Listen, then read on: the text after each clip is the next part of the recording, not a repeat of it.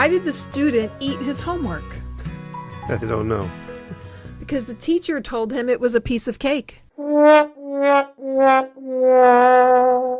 Maybe we deserve another one for that. All right, I've got another one. Why do candles always go on top of the cake? I don't know why. Because it's hard to light them from the bottom. That was really bad too. Is this the bad joke book or what they're reading out of? There are jokes about food and what we put in our body. And why is that? Because what we put in our body is so important. The nutrients that we talked about last Tuesday. Last week. Yep. And this is Gina. And this is Don with Focused Healthy Family. And it's time for another Tuesday Tips for Parents. And today we're talking about foods highest in pesticides.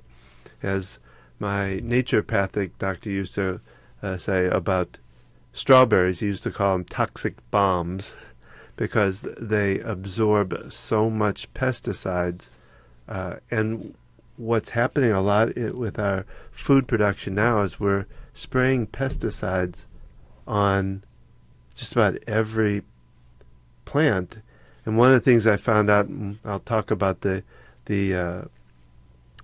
dirty, I think, what Dirty do they call it? dozen. Dirty dozen in a minute. But one thing I found out, and this really kind of shocked me, is that they're now using Roundup and spraying it on wheat right before they harvest it to make it easier to harvest.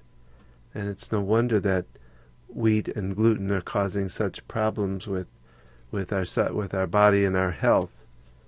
So the toxic foods highest in pesticides, I'll go down the list here: celery, peaches, strawberries, like I say, little toxic bombs, apples, blueberries, nectarines, spinach, lettuce, cucumbers, potatoes, and grapes. Potatoes are on that list? Mm-hmm. I didn't know they were because they grow underground. I would venture to guess is because their sprouted part is above ground, that it absorbs through there, maybe. I didn't think, because onions I know are on the low end of things, but Well, let's read the lowest and then we'll talk about the foods lowest in pesticides. Well, the first one on it is onion, actually. Avocado, sweet corn, pineapple, mango, sweet peas, asparagus, kiwi, cabbage, eggplant, cantaloupe, watermelon, grapefruit, sweet potato, mushrooms. And if you think about those, a good majority of them, one of the things they have is a hard shell to them. mm-hmm. And the naturopathic doctor, I almost spoiled this last time, but the naturopathic doctor way back talked about if you're on a budget, and organics can be a little more expensive. They're getting better, I think, now because you can find them in so many different places. But if you're on a tight budget, is look at the things that have the hard shells, like like they talked about Look here. up this list of the Dirty Dozen and buy organic for those items that tend to be highest in pesticides. Was carrots on there? Because that's one that... No, it doesn't have it listed. Okay, because that's one that I had read about years ago. And carrots and apples, there's certain things that I will not, for the most part, buy. Well, I know in apples, I could actually taste the pesticide, taste fertilizer, taste pesticides with. So, yeah. So like I say, you can avoid getting organic with the hard shells. It's a suggestion, but really watch, especially things like you say, strawberries, apples, things like that absorb so much of the toxics that they're putting out now on foods. Also talks about watch processed foods for these same ingredients. So, if you're getting apple juice, if it's not organic, then you could be getting the same kind of things in there. So it talks about, and I talked about the rule of thumb being buying the hard items non-organic and the soft items organic. And you can look up, if it's a Dirty Dozen, the Clean 15 rings a bell in my head that I learned about years ago, probably from Dr. Mike or similar. Yeah, actually, they made up a flyer that I meant to bring home and to make copies of, because it talks about the Dirty Dozen and the clean 15, I think is like you said. And thinking about, what's on the food that we're eating and how these things do affect us. We're learning that in many European countries. Some of these products are banned, and they are not yet banned here in the United States. And yet something like Parkinson's disease has already been shown to be linked To the pesticides Roundup. to Roundup, and yet, we've all been exposed to it in Yeah. some form or another.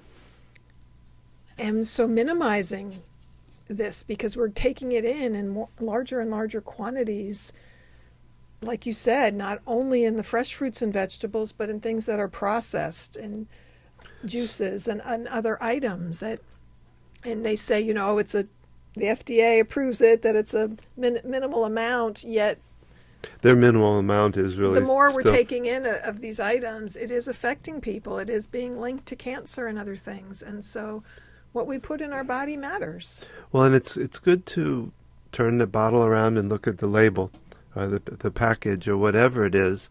Just about everything has label on it that tells what's inside of it.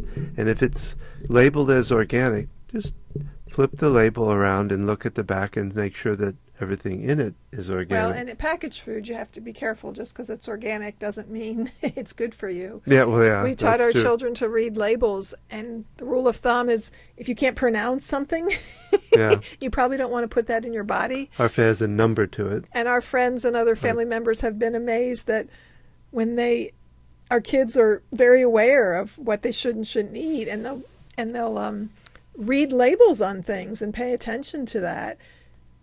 And I've had people say, yeah, they read the ingredients and to know what they can and can't eat. Our youngest, we were avoiding corn completely for a while, and corn has a lot of different names. And so yeah. learning what those things are, because it's not considered an allergen, at least here in the U.S. And so foods like soy and dairy, there's other things that are known allergens, tree nuts, and they'll be labeled specifically that it might contain these allergens, but corn is not one of them. And corn is a sneaky one because it's in so much and with so many different names. Well, So- and soy can be a stomach irritant. So paying attention to what we're eating, reading labels, thinking about where we're getting our food from. One thing I did years ago is we went on a field trip to an apple farm, a local one in North Carolina, and picked our own apples. And I remember one pointer was, finding out when they're spraying, because it wasn't in our organic orchard, and avoiding, going Yeah. furthest from that time period, and picking something locally. That's one time that I've eaten apples that were not certified organic, was knowing we're getting them locally, knowing that we're getting our bang for our buck as far as the nutrients we're getting, and just that experience of seeing where food grows. A lot of kids grow up in the city and they think food comes from the grocery store. They don't know where it really comes from, Yeah. and that it grows, and it can be so exciting to plant some things in a garden, or even just something in a pot that you keep inside, or if you have a patio or a porch where you can grow something, to watch that process of Well, also paying attention to how it affects kids or yourself. We know from our kids that things like gluten raise anxiety.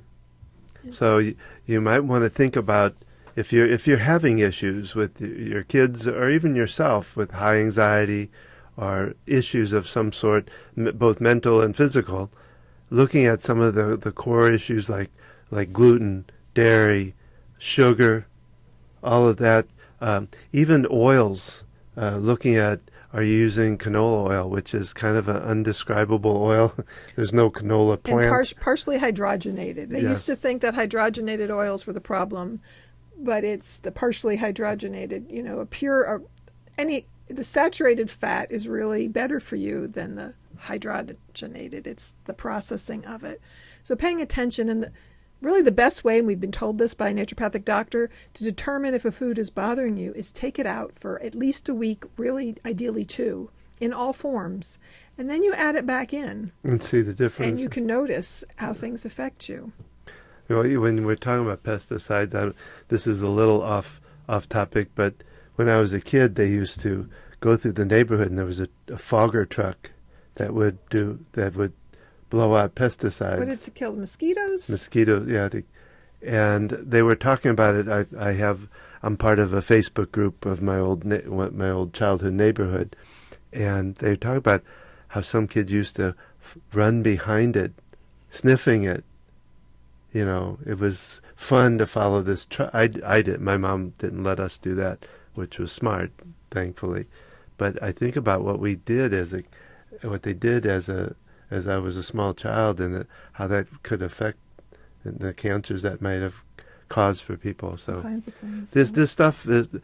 We have to really watch the foods and the chemicals we're putting out there in any way, shape, or form, whether it's on foods, whether it's the chemicals we put on our lawn, whether it's chemicals we're spraying into the air or cleaning our house with. Yeah, I think that can be in so many different formats. And so just like we talk about paying attention to our words and how we speak to our children and how that shapes them and affects them, what we put into our body and what our kids see us eating and what we're feeding them is going to affect them and their health in the long run. You may think, oh, I grew up eating all these foods, I was fine. Yeah. But then when you're different. 60 and you're 70 and 80, what's happening then? These things can slowly over time affect you in different ways. So well, what the food was like when I was a kid versus what it is now is very different. They didn't put as many of the chemicals into it when I was. Well, it was very different. Let's put it that way. Things have changed over the years and how things are processed. So, yes. So that's our tip for today. You can check us out again at focusedhealthyfamily.com to find out about what Gina and I do, as for the programs we do. And be sure to tune in Thursday to our full-length podcast that we do not only on audio, but you can also find us on YouTube. And remember, how you speak to your children and how you feed them shapes their future and yours.